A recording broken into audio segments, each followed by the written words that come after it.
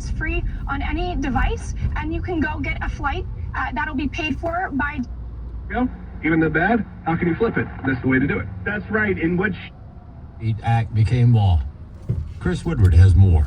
Aaron DiPietro, Florida Family Voice, says Florida has actually had the largest decline in abortions of any state in the entire nation. And we're extremely grateful about the culture of life that is really developing around this. We've had a 14% decline in abortion, which is in contrast to some officials that have maybe said restructure it or change the nature of that. But that doesn't mean that it has happened yet. And typically, in a normal American legal system world, you've got to wait for there to be the damage, not just the anticipation of this happening, but the actual damage before you start suing to stop something. Yeah, well, let's hear from her. So you let her give her spiel, if you will. Give her her time. Here you go. Here is Letitia James. This is just the day before yesterday. The White House is threatening our way of life. They want to cut Meals on Wheels. They want to cut funds to firefighters. Why? Because they want to cut funds for housing. And the list goes on and on and on. All of these funds and more, we've got to stand up. And that's why Democratic attorneys general will be joining me in filing this lawsuit. Look, this is a moment where you have Letitia James and other attorneys general filing a lawsuit against the Trump administration, and it is for possible cuts. And look, again, like I said, there are some of these cuts that we all agree on. There are some we're not going to agree on. When you go through the list of what she's talking about, I don't know the background of a lot of these organizations. I don't really know, if they're all on the up and up and what they're doing or if they deserve the funding that they're getting. But it does, on paper, sound like things that most people would like. Head Start, Meals on Wheels, the World Trade Center healthcare program for 9/11 first responders. These don't feel like programs that on paper, name-wise, are the ones you want to see cut. But they are specified for a reason, and that's to get this kind of attention. What do you think? 1-800-684-3110. It is a little harder when President Trump said, hey, we got to reopen Alcatraz. But then on the other end, to say, let's cut Meals on Wheels, how do you conflate those two? 1-800-684-3110. It's going to be a packed show today, by the way. We have Cece Heil joining us. We have Harry Hutchinson joining us. We have Rick Grinnell joining us. It is going to be packed. We're going to get to your comments as well, the most important voice in the room at 1-800-684-3110. And we have 3 trials happening this month. We're going to tell you how you can support the work of the ACLJ and keep us in the fight. And join us in that fight. We'll be right back.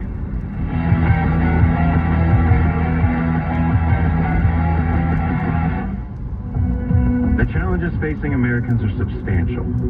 At a time when our values, our freedoms, and our constitutional rights are under attack, it's more important than ever to stand with the American Center for Law and Justice.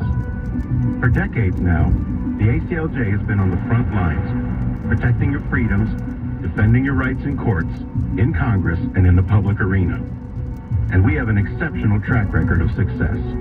But here's the bottom line. We could not do our work without your support. We remain committed to protecting your religious and constitutional freedoms. That remains our top priority, especially now during these challenging times. The American Center for Law and Justice is on your side. If you're already a member, thank you. And if you're not, well, this is the perfect time to stand with us at aclj.org, where you can learn more about our life-changing work. Become a member today. aclj.org.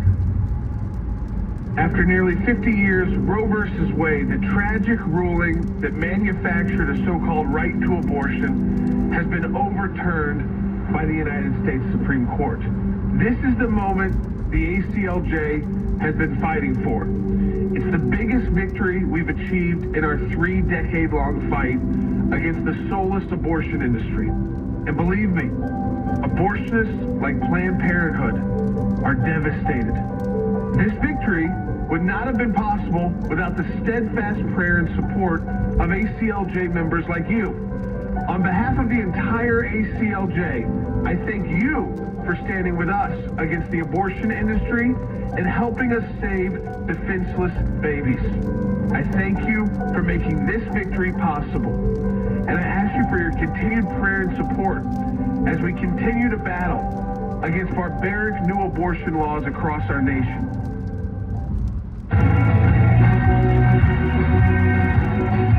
Welcome back to Secular. Like I said, phone lines are open for you. I know a lot of you watch on YouTube, and you've had this same glitch that's been going on for the last couple weeks, and we are working to figure out what is happening. So if you're watching us on YouTube right now, I encourage you, hit that thumbs up, because that helps us get back in the feeds the people that we lost. It's unfortunate when that happens, but occasionally it does. So if you could, hit that thumbs up and that subscribe button if you haven't already, just to tell YouTube you're watching and you're engaged, because this is how hundreds of thousands of you watch each and every day. Nearly 480,000 of you have subscribed to our YouTube channel. We couldn't thank you enough for that.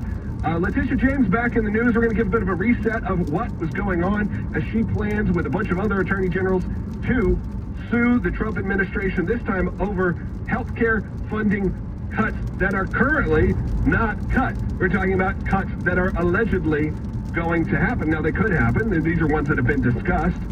But this is another way for them to get back in the news, to get the attention on them, to try to rally people together. Because, look, midterms are coming up faster than you can imagine.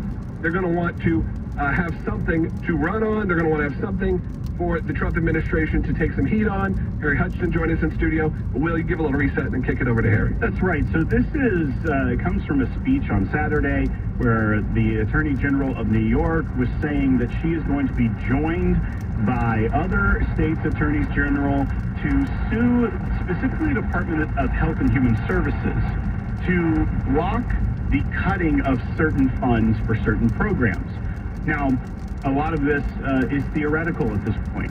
They're talking about things like the Head Start program, funding that could go to Meals on Wheels. She says it directly, Meals on Wheels, but a lot of times these are through assistance programs and things of that nature, so not even a direct funding to that.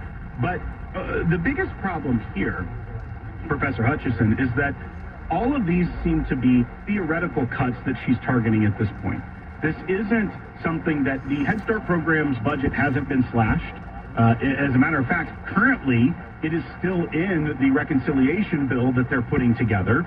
So it's not even like she could point to the fact that it's already been stripped from this reconciliation bill. Now, there have been talks of reallocating, reshifting the way that a lot of these programs are run, because many of these programs haven't been run efficiently. But regardless, as Logan pointed out, these seem, on paper at least, without any sort of deep research into it, does seem to be programs that could be bipartisan in the way that they are presented, that she is stopping the government from cutting funding to. However, there's a big caveat here. This lawsuit is trying to stop preemptively the cutting of funds before it's even been put into a bill, it's even been done through executive order. This is a pure preemptive lawsuit that the Attorney General is trying to, with other states' attorneys general, to do here. And that's not normally how the legal process works in the United States. Your analysis is spot on. And I think it's clear beyond question that Attorney General Letitia James, as is her pattern and practice, is attempting to create litigation de novo. That is, out of nothing, out of thin air. And there is a legal doctrine called ripeness that prevents the litigation that she is talking about.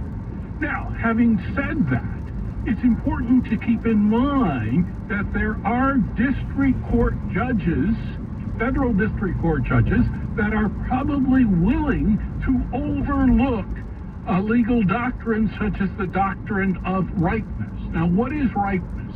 Basically, it says you cannot bring a lawsuit until the facts are quote-unquote ripe, meaning that there is an actual case or controversy for the court to decide. And so if Health and Human Services is proposing a cut, that does not give rise to litigation except in the imagination of Attorney General Letitia James and her compatriots. Now, if the cuts do go through, and it is something that they do present, what is the legal recourse there? Then there is a pathway for them to do this, not when it's preemptive, but when there's actually a plan going ahead. Let's say that these, because look, these are not, with all of the Trump cuts that have happened, it's not like this is shocking that there's a few organizations there that would be listed in this. So what is even their recourse? I'm just curious, for, I guess, the right way to do it if these cuts were to go in place. Number one, if the cuts occur basically because there is a bill that passes Congress signed by the president, then those cuts are indeed constitutional, unless there's some constitutional principle that has been invalidated by the law, which is very unlikely because the Constitution gives spending power to Congress. And so if Congress passes a law signed by the President of the United States, in general, it's going to be enforceable unless you can find some form of discrimination or some other basis for invalidating. They're making the decision on where things go. No one is guaranteed this month. Precisely. And the President and Congress were elected to do what? To enact policy, and it's not up to state attorneys generals to define what is possible with respect to spending by the Health and Human Services Department. I did want to say real quick, it is hard to say attorneys general, but I do want to make sure everyone knows that's what you're supposed to say. It messes with your head. I'm just letting you know this, with your audience, because it sounds like we have a flub every few minutes right now. Right. That's what they say, attorneys general. Attorneys general. Yeah. Who made that decision? Mr. Webster? Old English. Yeah, Mr. Webster. I like that. That's a good call there. But Professor Hutchison, the other angle to this is when the state's attorneys general bring lawsuits of this kind. What we've seen in this environment is we've seen going to a district judge who then sometimes puts out something called a nationwide injunction. And that's the very thing that the ACLJ is fighting at the Supreme Court right now with our representation of the state of West Virginia. So that is something that we are very involved in. But as that is heard and looked at by the Supreme Court, there is that feeling that you could see a district court judge issue a nationwide injunction on a novel situation like this, blocking any cuts from the Department of Health and Human Services while their lawsuit plays out, which there's no harm yet, so I don't know how the lawsuit could play out in that situation, but it almost feels like they know that this is the time to try a move like this. I think you're correct, and I think that's a brilliant question. So it's important for listeners to note that 2/3 of the nationwide injunctions issued in the history of the United States apparently have been issued against the Trump administration. So the ACLJ's work in going after these nationwide injunctions is very, very important. According to a Harvard Law Review study, which was published last year, at least more than half of the injunctions issued between 2018 and 2023 were issued against the Trump administration. That doesn't include all of the injunctions, nationwide injunctions, that have been issued this year. So one of the reasons why Attorney General Letitia James is attempting to go after the Trump administration is the judges have incentivized action which is contrary to both the Constitution and to prevailing law. If you have a question or comment related to this topic, we will be taking them towards the end of the show. You can get in line right now. There's 4 lines open, 1-800-684-3110. A lot of you are watching right now. And when we get back, not only will we continue this discussion, but CeCe Heil's going to be joining us. We're going to talk about the ACLJ having 3 trials set for this month on vital cases. And ones that you've been following, ones that we've all been involved in for many years now. So we're going to break all of those down when we get back. As the ACLJ, we're continuing to fight also for Christians around the globe. It is a tough time for a lot of our friends outside of America. Sure, there's persecution happening, as a lowercase p persecution happening in America, but there is some really bad uppercase p persecution happening that I don't like to get into the details on the show, but you know about it. And the ACLJ is getting involved in many different ways. We're going to talk about that with CeCe as well, and how people can respond and interact with these kind of heartbreaking topics that are happening, as well as some of these trials that are really to protect the life of the unborn and protect those, honestly, to protect free speech as well, that you're able to share your point of view and your opinion on controversial topics, the topics that sometimes are uncomfortable to speak about. Be a part of that conversation and support the work of the ACLJ. We're fighting in court, but we need you to take action. We also need you to pray for us. I encourage you to do that. You can get the ACLJ prayer guide for free on our website. Of course, you can sign in petitions at aclj.org/sign, and you can make a financial donation if you can. But again, there's a lot of different ways you can interact with us. A lot of you right now are on YouTube or on Rumble. If you're brand new to us, by the way, and you've never seen us before, maybe you haven't hit that subscribe button, that's a great free way to get this kind of message into more people's hands, more people's eyes. So right now, I encourage you to do that. Let's cross that 480,000 mark on YouTube. It would mean a lot to us as we zero in on 500,000 on just YouTube alone. It's really amazing. We'll be right back. After nearly 50 years, Roe v. Wade, the tragic ruling that manufactured a so-called right to abortion, has been overturned by the United States Supreme Court. This is the moment the ACLJ has been fighting for. It's the biggest victory we've achieved in our 3-decade-long fight against the soulless abortion industry. And believe me, abortionists like Planned Parenthood are devastated. This victory would not have been possible without the steadfast prayer and support of ACLJ members like you. On behalf of the entire ACLJ, I thank you for standing with us against the abortion industry and helping us save defenseless babies. I thank you for making this victory possible. And I ask you for your continued prayer and support as we continue to battle against barbaric new abortion laws across our nation. The challenges facing Americans are substantial.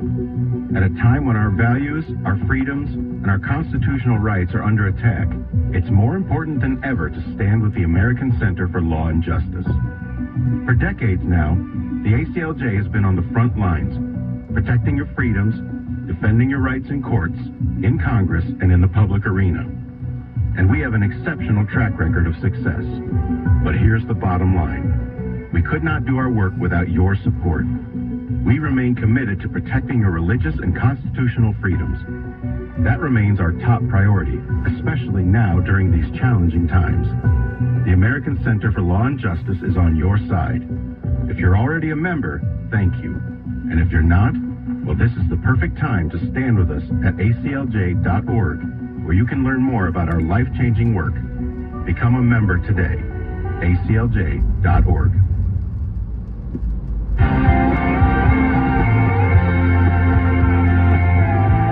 Welcome back to Secular. CC Hiles joining us in studio today because we have the month of May is going to be packed for the ACLJ legal team. I know it's packed for a lot of you. Maybe a lot of you are parents. You got to run around to school a lot in the month of May. Field days, all of those things happening. We'll take that and add on 3 trials that the ACLJ is going to be in just this month, and all in support of the unborn or your right to speak out on controversial topics, including for the rights of the unborn and potential for mothers who are looking for other options than abortion. Of course, we've been doing this in Massachusetts now for the better part of this year, and we are getting involved in a lot of different instances. We're going to go through all 3 of these. I think it's important for all of you who are listening and watching right now. You know, we'll obviously still talk about the breaking news. We'll talk about Letitia James a little later. We're going to have on Rick Grinnell. We'll go back to news and politics and all that. But the ACLJ team hard at action right now in the month of May. Yeah, so this week we have our hearing on the motion to dismiss in the Massachusetts case. And just to remind our listeners, or if this is the first time you're listening, Massachusetts has launched a campaign, basically a smear campaign against pregnancy resource centers. And they're basically the government of Massachusetts. And so they're basically punishing and silencing a viewpoint that they don't prefer, that they don't like.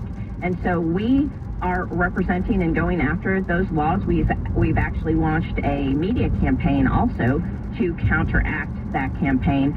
But this week, on May 8th, we have the hearing on the motion to dismiss, because the other side has filed a motion to dismiss this case, and we will be arguing that case, that the case go on and that we get to discovery in Massachusetts. So prayers are needed for that, for sure. Our attorney, Olivia Summers, will be arguing that motion to dismiss case, and that's on May 8th. And then we have an actual trial that is going on this week as well for another pro-life protester in Ohio that we are defending. And that is a case where he was cited and arrested under a noise violation. And that's a case where basically they just did selective prosecution. They didn't go after other people for noise violations.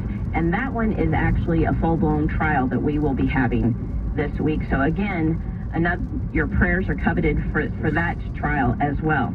And then lastly, we are filing a preliminary injunction in our Illinois pro-life protester case. And this is a case that was very interesting because literally we were on the air when we got a call from someone saying we are potentially being arrested right now, and our attorneys were able to go into action at that very moment, actually get on the phone with the arresting officers, explain that they could not arrest our clients there. We were able to stop that, but we're trying to address now the actual ordinance and what's the problem of this. And so we have filed with the city. They have not responded, so we've actually filed again in federal court a preliminary injunction. So we have the three very important pro-life cases. This is not the entirety of all of our pro-life cases, but these are the three that are happening this week. Right now. Well, and as you said, Cece, there are three big items this week. Plus, as far as that trial situation, we have two other trials this month. So the ACLJ team is very busy. And you may also think, okay, we've got these individual trials and individual things. How does that really affect me? Well, I almost look at the ACLJ legal team sometimes as almost like firefighters, is that these little fires are popping up that affect an individual or an organization in individual areas. But when you see how broad this is, and that it can happen in states that are left-leaning or more conservative, where they are trying to use the force of government and law enforcement to silence Christian speech, pro-life speech, and in many cases, trying to criminalize that speech. And you also look at what is happening in Massachusetts, where they are trying to run this campaign saying that pro-life pregnancy resource centers are fraudsters, they are giving out misinformation, etc. They're trying to shut that down any way they can. So why is it important that we get involved in these broad issues with individuals or with organizations or filing a lawsuit in Massachusetts? Because if we don't rush to the scene of the fire, that fire will spread, and it will get out of control, and it'll affect every single person watching this broadcast. If you're a person of faith, if you're pro-life, if you're conservative, if we don't fight these, then your speech is next, and it will be your city. No matter what state you think you live in that may be so conservative, there are people that will try to use law enforcement and government to take away your First Amendment right of freedom of speech, freedom of assembly, freedom of religion, to practice your faith.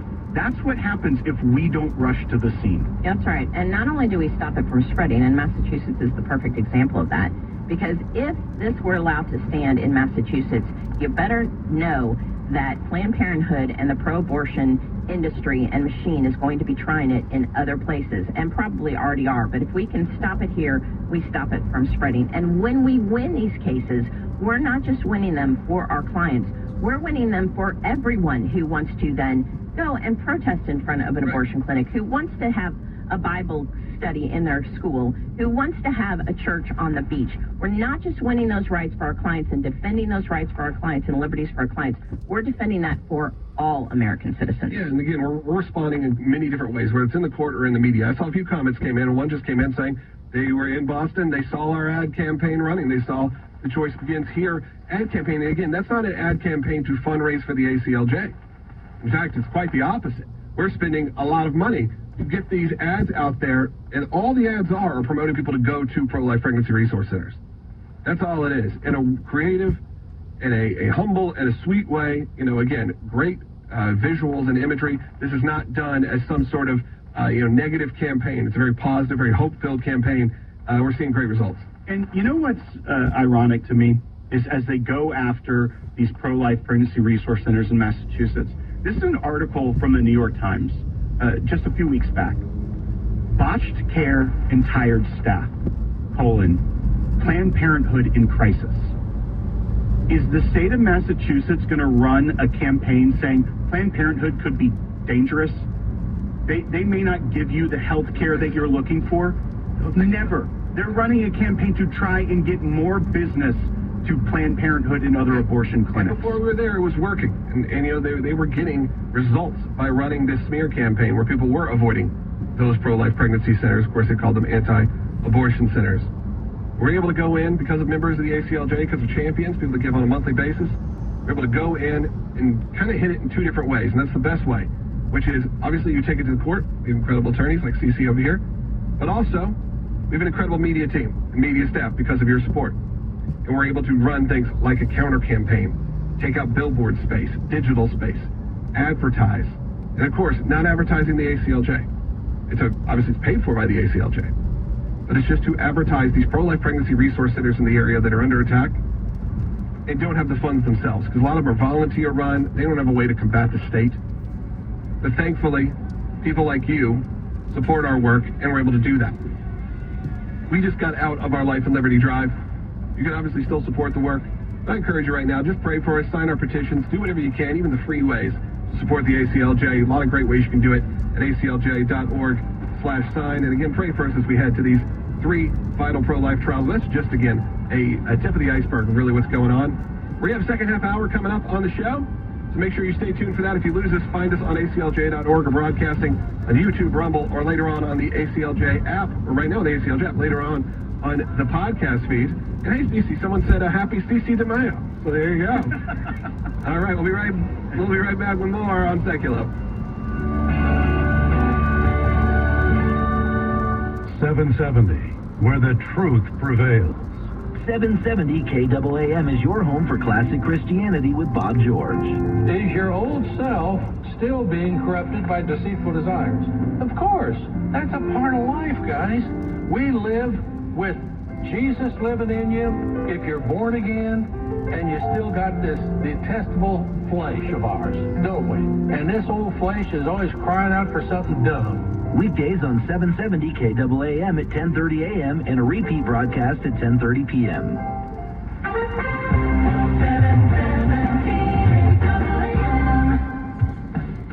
Keeping you informed and engaged, now more than ever. This is Seculo. And now your host, Logan Seculo. Welcome back to Seculo. We're going to get back to the main topic of the day. And of course, we're talking about Letitia James, Attorney General, going after the Trump administration, getting a bunch of other liberal attorney generals together to protest, to sue, say you can't take away funding for things that have not been cut even yet. And of course, again, these are kind of bipartisan-y kind of programs. You're talking about Meals on Wheels, you're talking about the World Trade Center healthcare program, or 9/11 responders, you're talking about the Head Start program. These, I think you have a lot of people going, okay, of all the cuts, maybe this isn't where we need to be cutting. However, this is a political move. This is a media move. You could see it. You could see it in her quotes. You could see it in her statements. I actually want to take a call right off the bat. Let's go to Justin, who's calling, watching on YouTube. If you want to give us a call, too, 1-800-684-3110. Justin, go ahead. Hey, thanks for taking my call. I support President Trump, but I think these programs maybe need to be refined with a sharpening stone rather than be thrown in the trash. I mean, my question is this. Are cutting some of these bipartisan programs really even going to make a dent in the federal budget? I mean, I personally think it's unnecessary, and I think the fallout alone isn't worth the potential minimal cost savings. Yeah, Justin, I think the PR part of this is one of my concerns as well, which is, does this all play into it? But we're talking about a lot of money here. Well, I think there's many ways to look at this, Justin. One, the top line is that the federal deficit is unsustainable, and the United States, enabled to prosper and continue, has got to get a control on the spending addiction that Congress has and the federal government has. But as you even point out, that, there are some that, like, really, is that even going to make a difference? Is that going to change it? The problem here, too, is that what Letitia James is saying they're going to try to stop them from cutting is preemptive, in that we don't even know if that is the way that it's going to roll out, if it is a cut to these programs, or if it's even restructuring of these programs. We've seen how inefficient the government is. What the left wants is no changes to the federal government and the way it spends its money and administers its money. If the program changes or is administered in a different way, they're going to try to block that as well, even if it provides better services to those people that it is trying to help. That's why when they keep saying they're going after Social Security, because they're making cuts to the way Social Security is run, not the benefits being paid out, because they are making it more efficient and a better value for the taxpayer. That's not a cut to Social Security benefits. But the PR from the left is that they're coming after grandparents who are on a fixed income. And that's not the reality. And so I do see and empathize with your position that, like, okay, it could be getting out of hand because they're able to win. Meals on Wheels, think people will think that. But once again, that's not even what we don't even know what's going on. There are when you read into it, it seems that an administrator that was in charge of a department that oversaw some of the grants given to Meals on Wheels had been placed on leave. That doesn't mean that they have fired or completely done away with that program. So once again, we have to see, one, what they allege in the lawsuit, because it hasn't come out yet, and two, we have to then get our heads around the fact that some of these things aren't reality of what they're saying. Yep. Phone lines are open for you too at 1-800-684-3110. If you've been on hold, stay on hold. Robert, Tony, Lynette, we'll make sure to get to all of you coming up in the segment after this one. The next segment, we're going to have Rick Grinnell joining us. We're going to talk about this, and we're also going to talk about some of the new political items that are happening right now. Of course, Rick always has a great point of view and a great perspective. We're honored to have him as part of one of the ACLJ team and part of the broadcast team here each and every week. We can't do that, obviously, without your support. To have great people like him, former directors of national intelligence. It's pretty wild to have him on our show still every week. And, of course, special envoy for President Trump. And remember our team from even last year. A lot of them are in the cabinet now. You've seen a lot of them on your TV screen. It really is because of people like you who support the work of the ACLJ. And, hey, who would you like to see join our broadcast team? You know, some of them, like Tulsi Gabbard, sadly, good for her, and good for us, too. She is now the Director of National Intelligence. I don't mean she can't be on the show, you know, a couple times a week. Who would you like to see? Put it in the comments. We'd like to hear from you. Phone lines are open for you as well at 1-800-684-3110. We'll be right back with more. And Rick Grinnell coming up.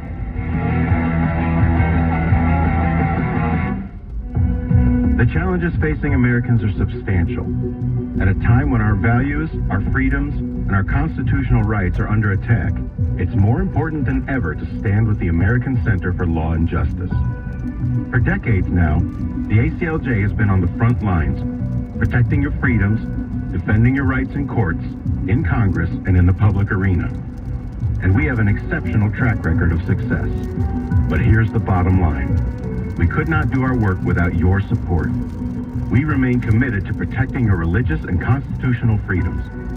That remains our top priority, especially now during these challenging times. The American Center for Law and Justice is on your side. If you're already a member, thank you. And if you're not, well, this is the perfect time to stand with us at aclj.org, where you can learn more about our life-changing work.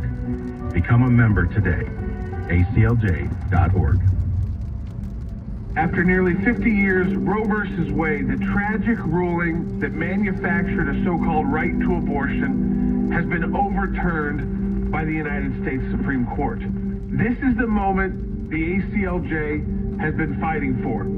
It's the biggest victory we've achieved in our 3-decade-long fight against the soulless abortion industry. And believe me, abortionists like Planned Parenthood are devastated.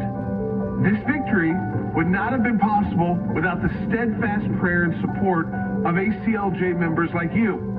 On behalf of the entire ACLJ, I thank you for standing with us against the abortion industry and helping us save defenseless babies. I thank you for making this victory possible. And I ask for your continued prayer and support as we continue to battle against barbaric new abortion laws across our nation.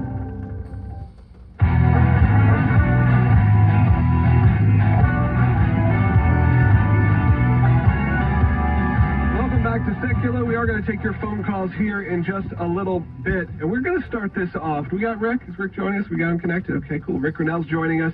Before that, though, I want you to hear, Will, maybe you could set this up as well, from one of our favorites, from AOC, and she had a town hall this weekend. They set that up. That's right. So she was speaking at this town hall and decided to name check Tom Homan, the border czar who's been going around the country, doing a fantastic job. And as you see the reports of the encounters at the border, it's unbelievable how quickly they were able to get that situation under control. But earlier on, he had kind of put her on warning, like, hey, if you are helping people evade the law and evade justice, then, you know, I'm putting you on notice. And this is what she had to say just this weekend directly at Tom Homan. Let's play bite 5. And when we first did one of these seminars, Tom Homan, then acting director of ICE, said that he was threatening to refer me to DOJ because I'm using my free speech rights in order to advise people of their constitutionally guaranteed protection, and he may want to do it again today.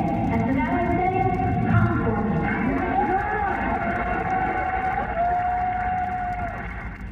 Rick, with this sitting member of Congress basically saying, come for me, do I look like I care? When we've seen that, you know, there have been judges that have been arrested for helping illegal aliens evade justice and the federal government. What do you make of this threat from her? Look, let's be very clear about something. It is illegal to come into the country. You have to have permission. We're the only country in the world that literally has politicians celebrating the fact that people are going around the rules. And so I think the reality is that we have a responsibility to out all of these politicians who are supporting illegal immigrants and screaming about a due process that really doesn't exist if you are coming into the country and then breaking the law by committing crimes, not showing up for court, all of these things. We are the most generous nation when it comes to immigration. We give roughly 1 million people a year U.S. citizenship, but there are rules. And so we are not going to allow these radical left-wing politicians to blur the lines as to what they're doing. They are accomplices in people who are breaking federal immigration law. You don't get to pick and choose which laws to go into. If you do, we're going to have chaos in our society where everyone gets to pick and choose which laws they follow. We're not doing that. So what I would say the solution is out every one of these radical politicians who are screaming about allowing illegal immigrants to stay in our country, because it's a very unpopular position. They are going to get wiped out in the next election again. No one in America who has common sense, hard work, ethics wants to have people breaking the law and staying here. Of course we want due process, but you have a due process when you're at the border and you tell us, you fill out an application and you tell us why it's so important for you to jump to the front of the line for asylum because of your situation. An economic situation. I can't find a job. I'm not making money. That is not a criteria to jump the line and to get asylum. It's safety issues. And we have a very good process that looks at all of this, but you have to follow the rules. If you don't follow the rules, then you should get kicked out, and we need to out all of these radical politicians who are telling us that we should allow these criminals inside our country. Rick, and I think people hear that. Look, it tugs on the heartstrings of Americans. Americans are compassionate people. They, want to see. I think they've been pushing for a comprehensive immigration reform for many, many years because they don't want to see it just become mass chaos. They don't want to see this happen. That's why the border, we supported closing the borders in some ways, getting them more secure, because we do appreciate immigration in this country. But when you're just using it as a pawn or a tool, and I think we could see that in the last election, I think a lot of people could see that. That it was a lot of talk, but it wasn't the reality. There's a lot of Democrats trying to pull at your heartstrings when it came down to actually protecting American citizens, and even, honestly, protecting those coming over illegally. They didn't really care about the topic. They didn't really care about the humanity. Look, let's be honest about one thing. The left keeps saying that they want comprehensive immigration reform. Why would we work really hard to come up with a new law when they literally have created cities and states to ignore the laws? They have a terrible track record of pretending like the rules actually, the laws actually are something that they're going to follow. They've already told us they're not going to follow laws that they don't agree with. This is anarchy. And we need to be very clear and call them out. They think that this is a popular position. It's not. Let's go toe-to-toe all the way into the next election. We need to be very clear that we are generous. There's a process. But if you break the law, if you jump to the front of the line without permission, you are going to be dealt with harshly, and you're going to be sent back home. This is just enforcing the rule of law. Rick, I wanted to change topics here for just a moment. President Trump put up on Truth Social this morning that he had a very productive telephone conversation with the president of Turkey, President Erdogan, concerning many subjects, including the war with Russia and Ukraine, all things Syria, Gaza, and more. But what caught my eye as well is that he talked about the relationship with President Erdogan during the first administration, and that we worked together closely on numerous things, including the fact that he helped return Pastor Andrew Brunson, who was imprisoned, back to the United States. If you're new to the ACLJ broadcast, Andrew Brunson was the client of the ACLJ, Christian pastor held in prison in Turkey, and both President Trump and Ambassador to Germany, Rick Grenell, at the time, were instrumental in getting Pastor Brunson back to the United States. So our client, that President Trump demanded Erdogan release, and Rick Grenell was there to meet him on the tarmac and present him with an American flag. So just context for that, if you're seeing that on Truth today. But he also said that I look forward to working with President Erdogan on getting the ridiculous but deadly war between Russia and Ukraine ended now. How instrumental or pivotal could Turkey be in ending some of these conflicts? Well, I think they're crucial. Remember, Turkey is a member of NATO. It's a NATO ally of ours. They've been a member of NATO since 1952. And we've had a series of different types of relationships with Turkey.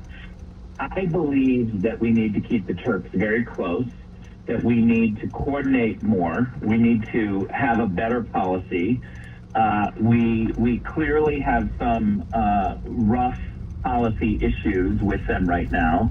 We need to pressure the Turks to have a better relationship with Israel. We need the Turks to play a constructive role within NATO, and I do think that they have been helpful. Certainly Erdogan is the Putin whisperer. He can help us when it comes to Russia. And I think a powerful force of Trump and Erdogan together could really solve a lot of our problems in the Middle East and make a lot more progress on the Ukraine issue. And so I'm a fan of trying to keep the Turks, our NATO ally, close, and that requires working on the relationship so that it doesn't go sour and that they understand where we're going. I'll finish with this. Tom Barrack, who's a close friend of President Trump and a good friend of mine, is going to be the next U.S. ambassador.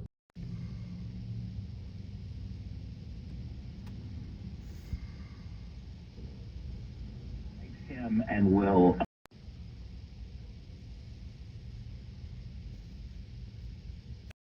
this relationship because he and President Trump are close, and he understands the importance of having a good NATO ally like Turkey in the fold of what the United States is trying to do.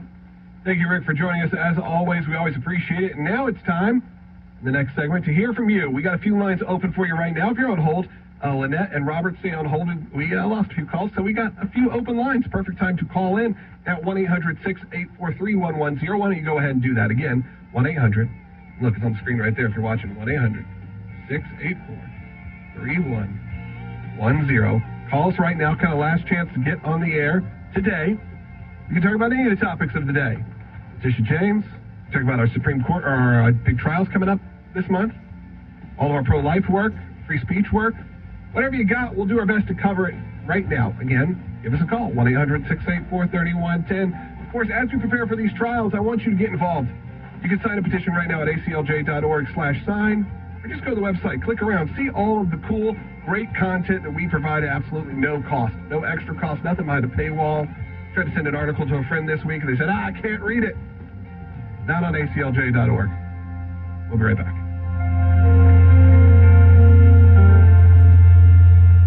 After nearly 50 years, Roe versus Wade, the tragic ruling that manufactured a so-called right to abortion, has been overturned by the United States Supreme Court. This is the moment the ACLJ has been fighting for.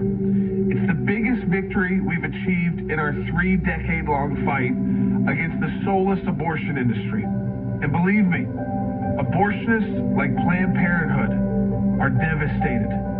This victory would not have been possible without the steadfast prayer and support of ACLJ members like you. On behalf of the entire ACLJ, I thank you for standing with us against the abortion industry and helping us save defenseless babies. I thank you for making this victory possible. And I ask you for your continued prayer and support as we continue to battle against barbaric new abortion laws across our nation.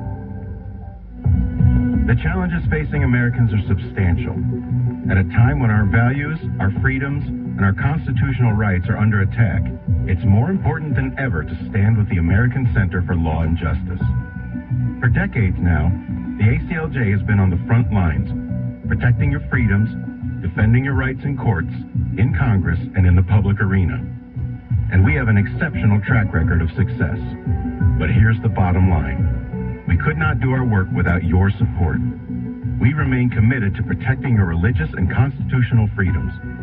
That remains our top priority, especially now during these challenging times. The American Center for Law and Justice is on your side. If you're already a member, thank you. And if you're not, well, this is the perfect time to stand with us at aclj.org, where you can learn more about our life-changing work. Become a member today. aclj.org.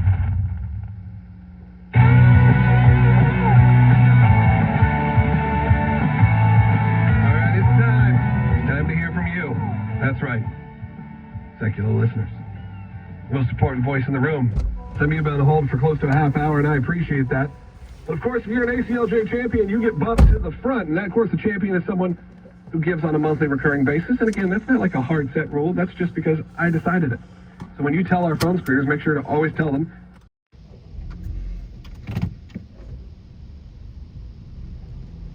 But you are the one that is making up to the front of the line. Got it. I just have mandated that. It's executive order, really. There you go. This wasn't through committee or legislation. Who is it that presents executive order by the executive orders? When he sits there and signs them, and go, what's this for? And then he says it. So you could do that for me. You could be like, this is for the champions. And then you'll get a photo, like a snap, smile. Yeah, I'll hand you the pen. There you go. I'll hand the pen to Lynette, who's calling in New York on line 5. She's an ACLJ champion, which I appreciate. You're on the air. Thank you so much, and God bless all of you. And as you mentioned correctly, also I am born and raised in the midst, and horrified at what Letitia James, who's supposed to be the lead person, actually supporting and enforcing the laws, and instead she's encouraging lawlessness. Because just loud-mouthing about what an organization or a group are going to do, and without even, we don't even know yet exactly what is going to be cut and why. Lynette, I agree with you. It seems like New Yorkers should not be pleased with this. Obviously, there is a constituency in New York that probably loves this, that really want to see Letitia James just go after President Trump, as she said when she was running for Attorney General she was going to do, and then she did. She brought the lawfare. Now she's doing it again, even though she has her own legal issues. Not every New Yorker is like you, Lynette, that is well informed, understands what's going on here, that this is lawfare, this is trying to distract and play games. But, there's another thing that there's also being reported, that she's now hunting for insider trading crimes within Trump's inner circle with relation to the tariffs. Like, she has no actual allegation, no whistleblower. She's just starting to go around and see if anybody. She's like, I assume if they work for President Trump, they must be corrupt. So let's just do some deep dive. And there's even people saying, this is from Business Insider, that ex-prosecutors call this inquiry unprecedented. So once again, she is just engaged in a witch hunt against President Trump, and that is why she was elected. That was what she ran on, and she's going to continue doing it no matter what her legal issues that pop up. She's not going to focus on actually helping the people of New York. She's not going to go after the crime in the state like she needs to be doing to clean up areas of New York. Instead, she's going to continue her focus on the leftist agenda that she feels like she has a mandate to do, and that's to go after conservatives anywhere she can. And Lynette, I'd be frustrated if I were a New Yorker as well, that's what my taxpayer dollars are going to. Because, state taxes in New York, not cheap. Not cheap. I've heard that. Let's continue on. Let's take some more phone calls. This is probably the last chance, by the way, if you want to call in. We got 5 minutes left in the show. Got 2 calls lined up. Probably take one more. If you want to be that last call today, maybe you'll make it through. 1-800-684-3110. Let's go to Robert in Maryland on line 4. Robert, welcome back. Yeah, thank you. My question is, when the media talks about President Trump cutting federal employees' jobs, I wonder, do they ever bring up the fact that the jobs that he is cutting, the people are receiving buyouts, and also many of them are being put on administrative leave? The other question I have is the media also talking about the fact that many of the federal spending and the money that's being done by some of the government agencies that have been DOJ has talked about cutting money are actually not in line with the original mission of those agencies. Look at the USAID, for example.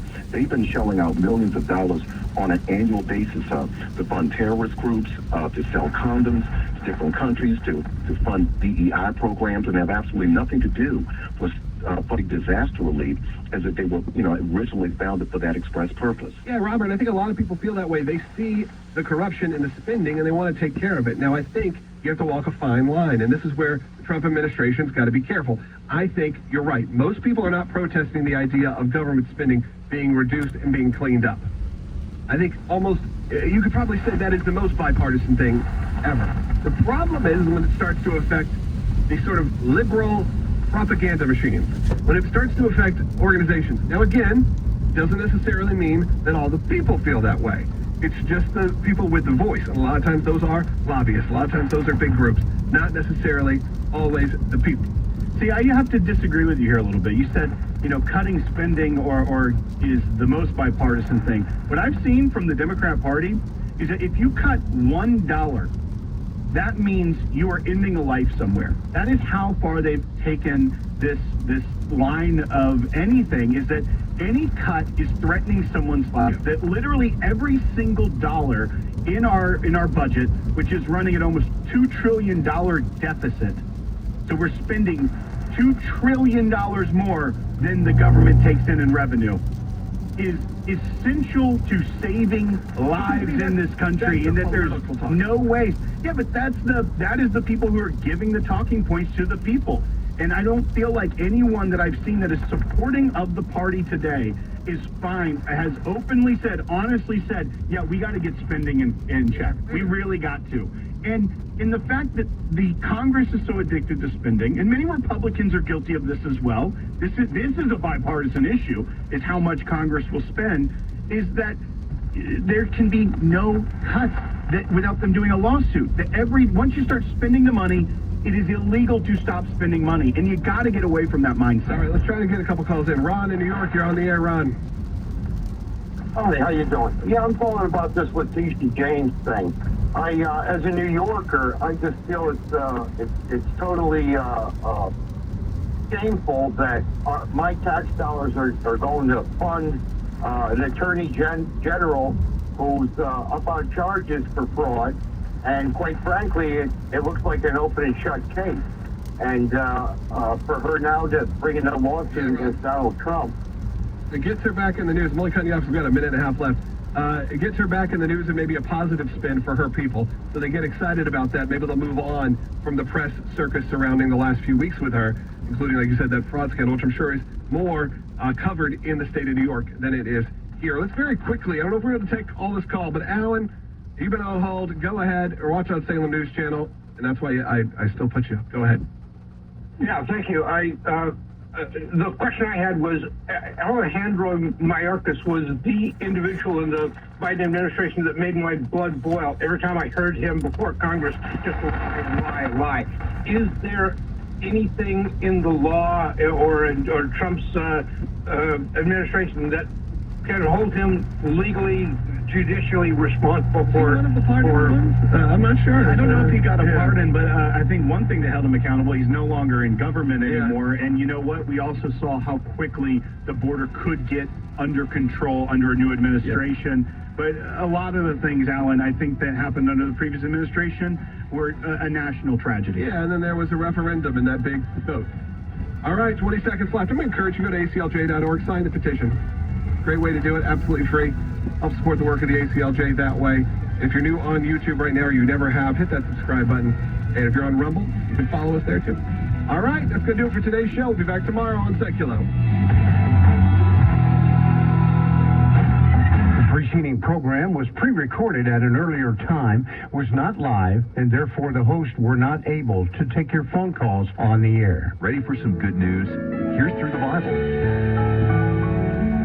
God cannot save us by our works, because the only thing that we can present to him is imperfection, and God just does not accept imperfection. You have to present to him perfection, and that's the only thing that God will accept. Now, you and I are unable to present it. Therefore, if it depended on us or our work, we could never be saved. If deliverance is to come, it'll have to come to us just like it came to Jonah, dead and hopeless in that fish.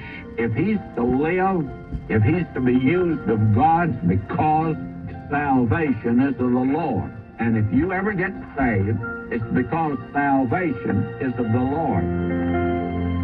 Get more solid Bible teaching and Through the Bible. ttb.org. 770 KAAM, Garland, Dallas, Fort Worth.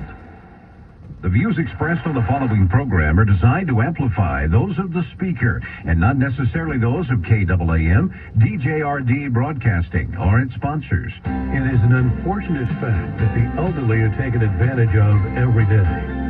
While the estate planning and government assistance laws are quite complex and ever-changing, how do you keep track of them? Through elder law attorney Michael Cohen. He's there for you to answer any of your planning questions in a way that you and your loved ones will easily understand. Mike has devoted his entire career to dutifully informing and protecting our parents and grandparents, aunts and uncles, anyone in need. Join us now to learn more about estate planning essentials with Michael Cohen and co-host Don Crawford Jr. Here now are Michael and Don.